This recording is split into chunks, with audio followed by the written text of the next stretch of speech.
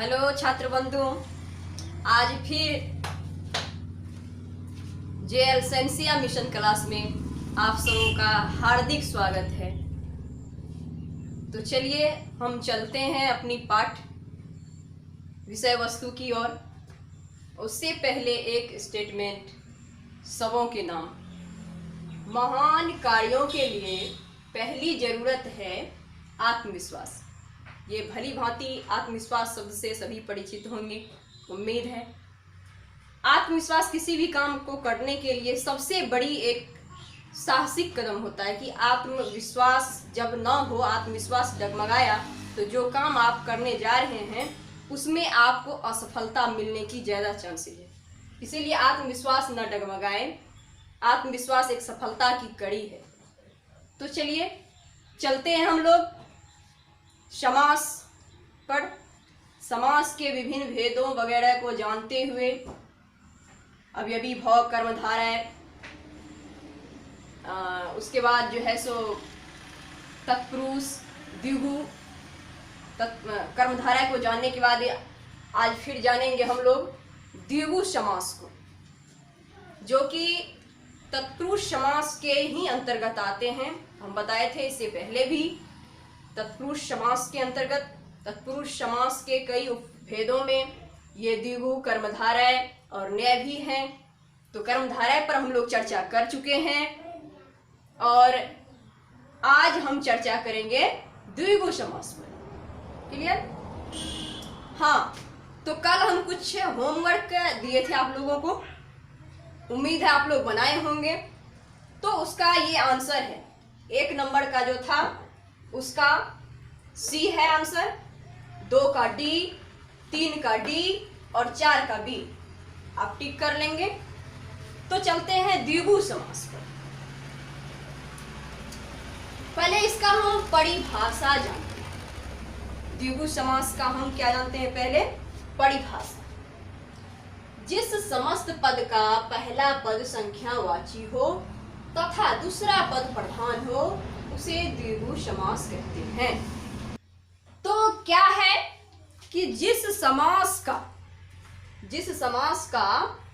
या जिस समस्त पद का पहला पद संख्यावाची, अर्थात स्पष्ट है संख्यावाची मतलब संख्या का जो बोध कराता हो, संख्या का जो आभास कराता हो, जिनके पूर्व पद में संख्या का भान हो, संख्या मौजूद हो, नहीं किसी रूप में भी संख्या का क्या हो, उसमें मौजूद हो,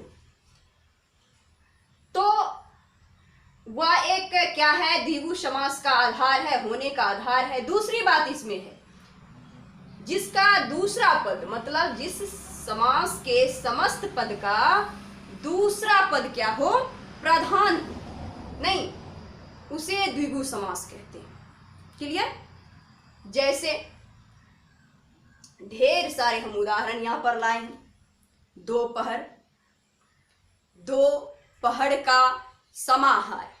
अब एक खास बात इसमें यह है द्विगु समास में कि इनमें हम जब विग्रह करने लगते हैं तो समूह लास्ट में जो मतलब विग्रह करते हैं तो लास्ट में देखने को मिलता है समाहार और समूह।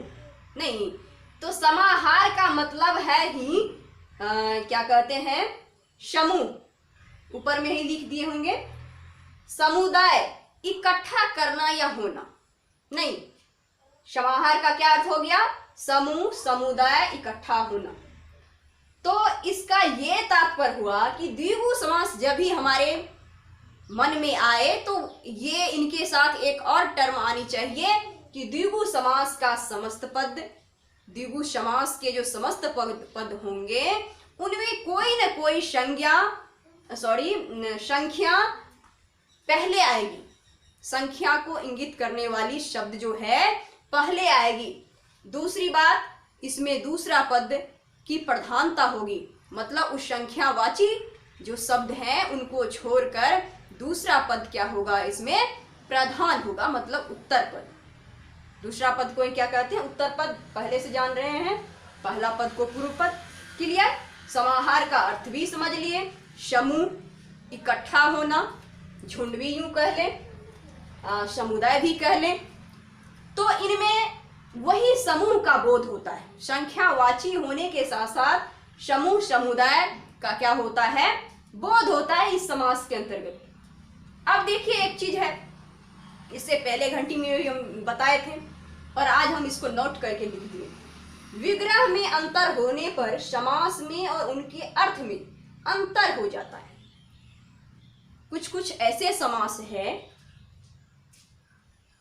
जिनमें समस्त पद एक ही होता है, किंतु उनका विग्रह करने पर विग्रह के आधार पर एक विग्रह दूसरे समास का, पहले समास का, दूसरा विग्रह दूसरे समास का हो जाता है। जैसे यहां पर हमने यहां भी एक उदाहरण दिया है, 10 आननों का समूह, इस प्रकार से ये यहां पर द्विगु हो रहा है। आनन मतलब मुख, 10 आनन, 10 है आनन जिसकी, या 10 आनन है जिसकी, रावण नहीं, 10 आनन, 10 है आनन जिसकी या 10 आनन है जिसकी, तो ये किसकी हो गई, इस प्रकार से बहुव्रीहि। तो अर्थ, समास में भी अंतर और अर्थ में भी अंतर। तो यहाँ पर यदि समास की बात करें तो द्विगु हो गया ये शब्द दशानन, नहीं, विग्रह के आधार पर दशानन शब्द का जब हम विग्रह किए 10 आननों का समूह, तो यहां लिख लीजिए दशानन।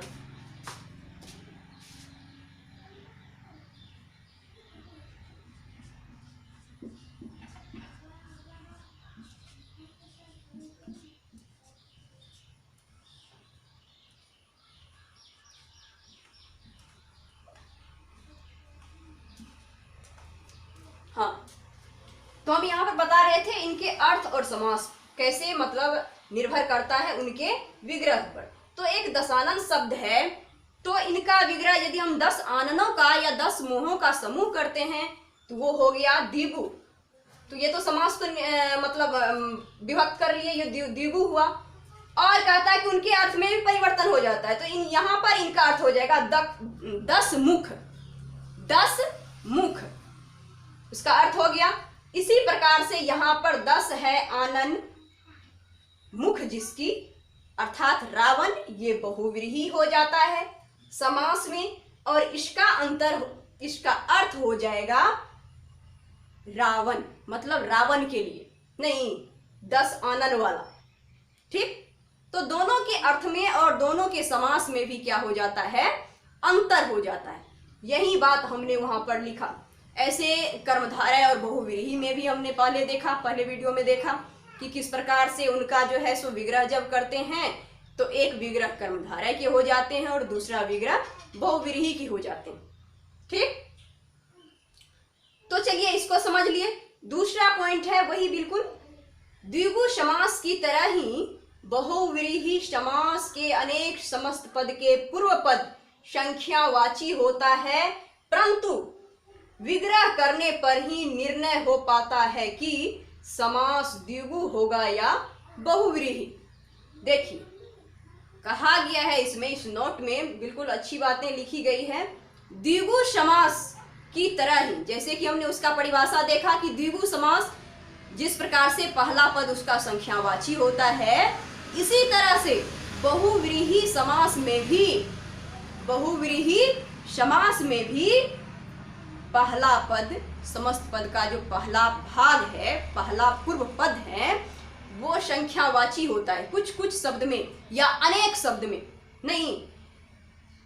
तो इस कंडीशन में, इस स्थिति में हम लोग तो पढ़ते आए हैं, रटते आए हैं कि संख्यावाची पूर्व पद जो होगा वो द्विगु होगा, किंतु इस कंडीशन में जबकि बहुव्रीहि का भी प्रथम पद संख्यावाचक हो और द्विगु का भी प्रथम पद वो तो संख्यावाचक होता ही है हो, तो इस कंडीशन में हम जो कुछ शब्द हैं उनका निर्णय कैसे करेंगे, तो उसका निर्णय हम इस आधार पर करते हैं विग्रह करके।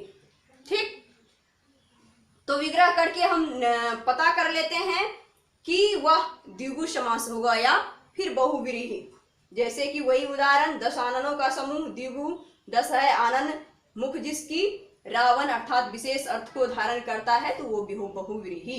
समूह मतलब क्या? 10 आननों का समूह। 10 मुख क्या हुआ? एक जगह हुआ। रावण का एक 10 मुख क्या होता है? इकट्ठा होते हैं, एक समूह में होते हैं, एक समुदाय में होते हैं। तो समूह समुदाय इकट्ठा होने का बोध जहां हो और पहला पद जहां संख्यावाचक हो विग्रह में, तो ऐसी स्थिति में समास द्विगु होगा। और पहला पद संख्यावाची हो किंतु विग्रह किसी न तो पहला न दूसरा किसी तीसरे पद का विशेषता बताती हो या किसी तीसरे पद उससे निकलता है तो या उनके लिए प्रयोग होता है, तो इस कंडीशन में बहुव्रीहि होता है। तो ये बात ध्यान देने योग्य है। तो हम द्विगु और बहुव्रीहि में कैसे अंतर करें, चलिए इसको समझ लिए। अब चलिए ये सब सारे टर्म जो हम लिखाए हैं, ये नोट्स जो लिखाए हैं, केवल एक प्रकार से जानिए द्विगु समास को अच्छी तरह से पहचानने के लिए ही है। द्विगु समास में संख्या और समूह का बोध होता है तथा उत्तर पद की प्रधानता होती है। क्लियर? उत्तर पद की क्या होती है? प्रधानता होती है। प्रधानता अब कैसे? जैसे है त्रिभुवन, नहीं यहां पर ही ले लीजिए दशानन। यहां पे संख्यावाचक 10 तो है किंतु उनका अगला पद जो है उत्तर पद आनन, इनके आधार पर ही हम ये निर्णय कर पाते हैं कि आनन कितने? 10। आनन कितने समूह में? 10 के समूह में। तो ये समूह समाहार इस तरह की स्थिति में क्या होता है? द्विगु समास होता है। समझ गए? संख्या का बोध कराया, समूह का बोध कराया तथा उत्तर पद प्रधान, मतलब ये प्रधान आनन जो है, ये प्रधान आनन उत्तर पद जो है, इनके आधार पर ही हमें ज्ञात हुआ कि मुख कितने? 10। मुखों का समूह कितना? 10। क्लियर? अब चलिए हम इनके द्विगु समास के कुछ इंपॉर्टेंट उदाहरण पेश कर रहे हैं, देख रहे हैं, इस पर चर्चा करते हैं। हाँ, तो पहला है दोपहर, नहीं या एक शब्द आता है, हम लोग इसी को दोपहर को दोपहर भी बोलते हैं। तो दोपहर मतलब दोपहर का समाहार। दोपहर समाहार मतलब समूह, हमने बता दिया समुदाय इकट्ठा होना। जब दोपहर हो गया हो, दोपहर बीत गया हो, तो उसी को क्या कहते हैं? दोपहर। और उसका विग्रह क्या हो जाएगा? दोपहर का समाहार। समझ गए? या दोपहर भी लिख सकते हैं। दोपहर को दोपहर करके भी विग्रह कर सकते हैं। समझ गए? अब चलिए पंचवटी। क्या है? पंचवटी। पंच जिस प्रकार से दोपहर में 2 पद, समस्त पद एक दोपहर है, 2 और पहर 2 पद हैं, एक पूर्व पद दूसरा उत्तर पद। 2 क्या है? यहाँ पर संख्यावाची है, इसीलिए यहाँ पर 2 लिखे, ठीक है। और पहर क्या है? इस समस्त पद में प्रधान है जो कि उत्तर पद है। क्या है? इस दोपहर समस्त पद में ये पहर क्या है? उत्तर पद है जो कि प्रधान है। इसीलिए यहाँ पर हमने इस पहर का समाहार किया और 2 को पहले लिखा, चूंकि 2 पूर्व पद जो है वो संख्या को दर्शाती है और यही संख्या को दर्शाना ही तो है द्विगु समास। समझ गए? तो ये संख्या दिखा रहा है। सब में देखिए, गौर से देखिए, द्विगु समास के जितने भी उदाहरण हैं उनमें संख्या का बोध हो रहा है। 2 5 3 8 4 3 7 सप्त पंच चतु नहीं अष्ट, ये क्या है? ये सारे संख्या के रूप है। नहीं तो इस आधार पर हम विग्रह करते हैं इसका पंचवटी, 5 वटों का समूह या समाहार। नहीं, इसी प्रकार से त्रिवेणी का भी हम विग्रह करेंगे। तीन वेनियों का समूह, त्रिवेणी। त्रि यहाँ पर संख्यावाचक, वेनी प्रधान। तो इस आधार पे तीन यहाँ लिखेंगे विग्रह में और वेनियों का समूह करेंगे तो क्या बन जाएगा? त्रिवेणी, तीन वेनियों का समूह। अठन्नी, अठन्नी चवन्नी हम लोग सुनते आ रहे हैं, प्रयोग भी कुछ कुछ लोग किए होंगे। तो ये अठन्नी क्या है? अठन्नी जिसको कि हम लोग 50 पैसा कहते हैं वही अठन्नी है, और कोई दूसरी भारी भरकम अठन्नी नहीं है। तो अठन्नी, यहाँ पर आनो होगा,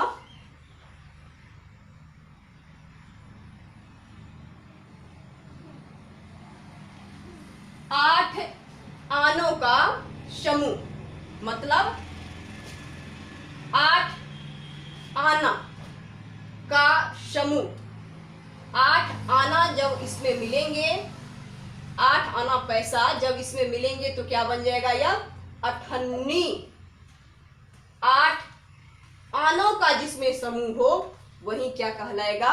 अठन्नी। समझ गए? चौराहा, चौराहा किसको कहते हैं? जहां चारों ओर से क्या रहता है? रास्ते होते हैं, चारों तरफ जाने वाला क्या होता है? रास्ता होता है, वही चौराहा कहलाता है। तो चौराहा, इसमें भी चौड़ मतलब चो जो दर्शा रहा है किसको? 4 को दर्शा रहा है। चो किसको दर्शा रहा है? 4 संख्या को दर्शा रहा है। जिस प्रकार से ऊपर में 2 को दर्शाया, 5 को दर्शाया, 3 को दर्शाया, 8 को दर्शाया, उसी प्रकार से चौराहा में चौ किसको दर्शाता है? 4 को। नहीं, और चौ क्या है? यहाँ पर पूर्व पद है जो क्या है? संख्यावाचक है। 4 क्या? 4 मतलब क्या? 4 संख्या है। राहा नहीं, तो रास्ता, 4 राहों का समूह चौराहा। जहां 4 राहों का समाहार हो, समूह हो, उसी को क्या कहते हैं? चौराहा। अब चलिए इसी प्रकार से त्रिभुज, अष्टभुज जो भी है, चतुर्भुज, ये सारे क्या होंगे? विग्रह अनुसार द्विभुज समास। त्रिभुज, 3 भुजाओं का समूह। त्रिभुज पढ़ रहे हैं हम लोग, पढ़ते आ रहे हैं मैथ में। 3 भुजाओं का समूह, 3 यहाँ भी संख्यावाचक, त्रि क्या है? यहाँ पर पूर्व पद संख्यावाचक, 3 उसका पूर्ण रूप में लिखे। देखिए, एक चीज समास में पहले वीडियो में भी हमने बताई और आज भी फिर हम उसको कर देना चाहते हैं कि यथासंभव हो सके तो, या जहां जो शब्द फिट होता है ये समस्त पद के अनुसार, वो शब्द का प्रयोग ही समस्त समासिक विग्रह में करना चाहिए। हाँ, जहां ना संभव हो वहां हम उनके तद्भव रूप या हिंदी के रूप को या कुछ अन्य पर्याय रूप को हम विग्रह में लेते हैं। ठीक, अब चलिए, तो 3 भुजाओं का समूह क्या हो जाएगा? त्रिभुज हो जाएगा। शताब्दी, 100 सालों का, सब जान रहे हैं। शत, 100 अब्दों मतलब होता है वर्षों। 7 अब्दों का समूह क्या कहलाएगा? शताब्दी। कभी ये जितने भी लगभग उदाहरण है, इंपॉर्टेंट उदाहरण भी हैं, तो इसलिए, और जो भी इंपॉर्टेंट उदाहरण आप लोगों को देखने को मिले इससे संबंधित या किसी भी समाज से संबंधित, जितना हो सके इस पर रीजनिंग की तरह प्रयास करते रहें तो आपको ज्यादा क्या है? लाभ है, और कंसेप्ट भी ज्यादा क्लियर होते रहेंगे। तो इसको देखते रहिए। शताब्दी, सत मतलब 100 अब्दों का समूह या समाहार क्या कहलाएगा? शताब्दी। इसमें भी सत पूर्व पद है जो कि क्या है? संख्या है। सत मतलब 100, अब्द मतलब वर्ष। ठीक, सप्ताह, सप्ताह के 7 दिन, सप्ताह के 7 दिन। तो 7 दिनों का समाहार जहां हो वही तो सप्ताह। 7 दिनों का समाहार जहां हो वही क्या है? सप्ताह। नहीं, 7 दिनों का समाहार, तो इसमें भी सप्त क्या है? सप्त मतलब 7, आ मतलब दिन, तो क्या हो जाएगा? 7 दिनों का क्या हो जाएगा? समाहार मतलब सप्ताह। पंचानन, पंच आनन, आनन का मतलब मुख। पंच 5 आननों का समूह, मुखों का समूह, पंचानन। नहीं, चतुरानन, 4 आननों का समूह, 4 आननों का समूह। चतु मतलब 4, आनन, चतुर मतलब यहाँ पर हो गया 4 से, आनन मतलब 4 मुख से, नहीं तो चतु यहाँ पर क्या है, पूर्व पद है, संख्यावाची है, आनन मुख है, उत्तर पद है जो कि प्रधान है। देखिए प्रथम पद क्या है, ये उत्तर पद पर निर्भर है, अर्थात वो ही क्या है, प्रधान है। समास में एक और बड़ी चीजें होती है ये कि समास में चाहे 2 पद हो या 2 से अनेक पद हो, वो एक दूसरे से संबंधित होते हैं, एक दूसरे से जुड़े होते हैं, ना कि बिखराव में रहते हैं या अलगाव में रहते हैं, ये बात भी ध्यान रहे। चतुरानन, 4 आननों या 4 मुखों का समूह, चतुरानन। अब देखिए ये चतुरानन जो है, या ऐसे कई शब्द हैं जो हमने पहले भी बताया कि विग्रह के आधार पर वो बहुव्रीहि भी बन जाएगा। तो यहाँ पर चतुरानन को भी हम कर सकते हैं, पंचानन को भी कर सकते हैं।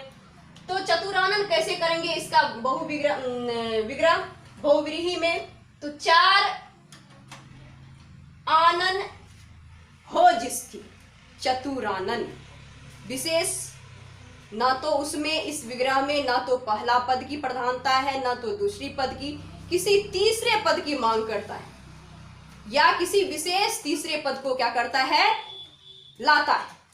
तो इस तरह का विग्रह क्या हो जाएगा, बहुव्रीहि में। तो हम कंफ्यूजन में ना पड़े, वह कैसे, तो विग्रह के आधार पर। हाँ, कल के वीडियो में भी हमने बताई थी कि यदि शब्द को एक साथ पंचानन वगैरह दे दिया जाए या चतुरानन वगैरह दे दिया जाए, तो इस स्थिति में जो क्वेश्चन सेटर होते हैं वो इस ख्याल से क्वेश्चन को ऑप्शन में डालेंगे, क्वेश्चन का जो ऑप्शन रहेगा, तो जिनमें दोनों समास हो सकता है,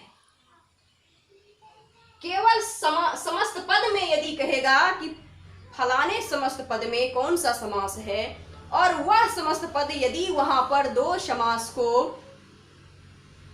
या 2 समास से संबंधित है, तो उस स्थिति में ऑप्शन जो होगा किसी एक समास का ही दिया रहेगा।